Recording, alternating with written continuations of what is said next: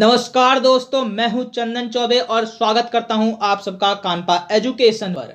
Recently Indian railway ने 81% railway tracks पर electrification के काम को पूरा कर लिया है, जिसे इंडियन रेलवे का बिगेस्ट रिवॉल्यूशन बताया जा रहा है।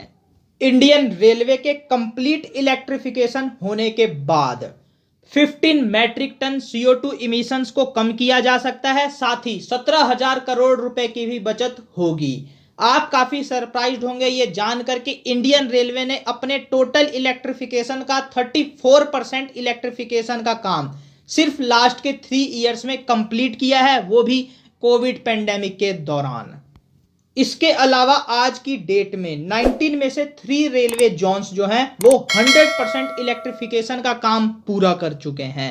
इनमें West Central Railway, Kolkata metro and East Coast Railway zone शामिल है। साथ ही कुछ रेलवे ट्रैक्स ने भी अलग से 100% इलेक्ट्रिफिकेशन का टारगेट अचीव किया है, जैसे कोंकण रेलवे ट्रैक ने। अपने इस लेक्चर में मैं आपको बताऊंगा कि किस तरीके से इंडियन रेलवे ने इस मामले में USA, रसिया और चाइना को भी पछाड़ दिया है। अब इंडियन रेलवे के लिए क्या क्या नए कंसर्न्स और चैलेंजेस हैं, साथ ही दोस्तों हम ये भी देखेंगे कि किन किन कंट्रीज ने अब तक 100% रेलवे इलेक्ट्रिफिकेशन के टारगेट को अचीव किया है। लेकिन इससे पहले मैं आपसे पूछूंगा एक क्वेश्चन।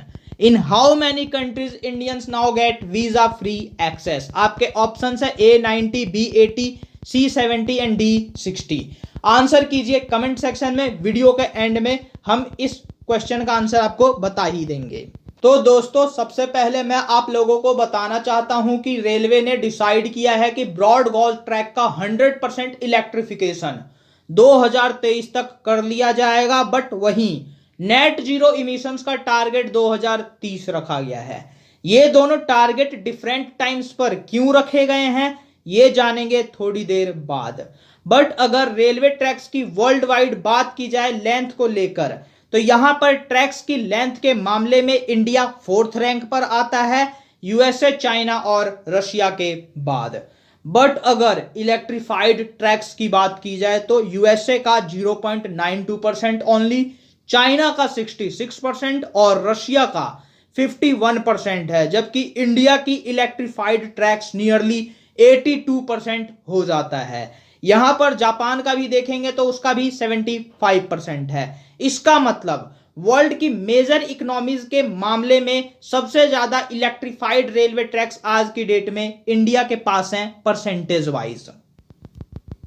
इसके अलावा जिन कंट्रीज ने 100% इलेक्ट्रिफिकेशन का टारगेट अचीव किया है वो काफी छोटी कंट्रीज हैं, जैसे Switzerland, Armenia, Luxembourg, Hong Kong, Singapore, Puerto Rico, Macau and Monaco.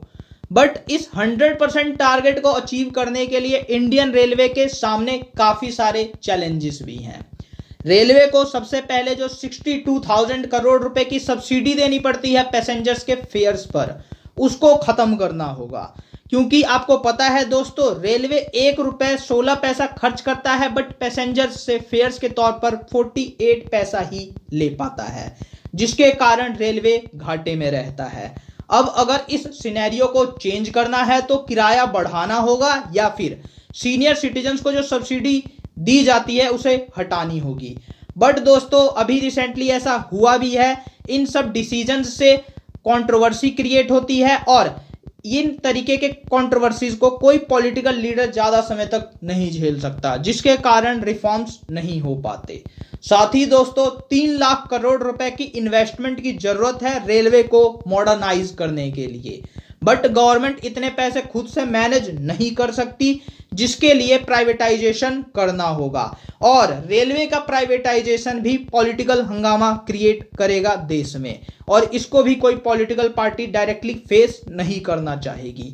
और जरूरी नहीं 100% इलेक्ट्रिफिकेशन के बाद सब कुछ बल्ले बल्ले ही हो, क्योंकि दोस्तों आप सबको पता ही होगा कि आज भी रेलवे चलाई जाती है इलेक्ट्रिसिटी से और वो इलेक्ट्रिसिटी बनाई जाती है कोल से। तो यहां पर कुछ ऐसी रिपोर्ट्स भी हैं जो ये कहती हैं कि 100% इलेक्ट्रिफिकेशन होने के बावजूद भी रेलवे के CO2 इमिशंस में 32% का इंक्रीमेंट हो सकता है, क्योंकि अभी भी कोल पर डिपेंडेंसी बनी हुई है। बट इस प्रॉब्लम को सॉल्व करने के लिए 51,000 हेक्टेयर रेलवे लैंड पर सोलर प्लांट्स लगाए जाने की बात हो रही है और इसीलिए 100% इलेक्ट्रिफिकेशन का टारगेट भले 2023 हो, लेकिन नेट जीरो इमिशंस बनने का टारगेट रेलवे ने 2030 रखा है। अब बात करते हैं अपने क्वेश्चन के आंसर की। तो यहां पर दोस्तों इस क्वेश्चन का आंसर है ऑप्शन डी 60 कंट्रीज, और आप यहां इस आर्टिकल में इसके आंसर को देख सकते हैं।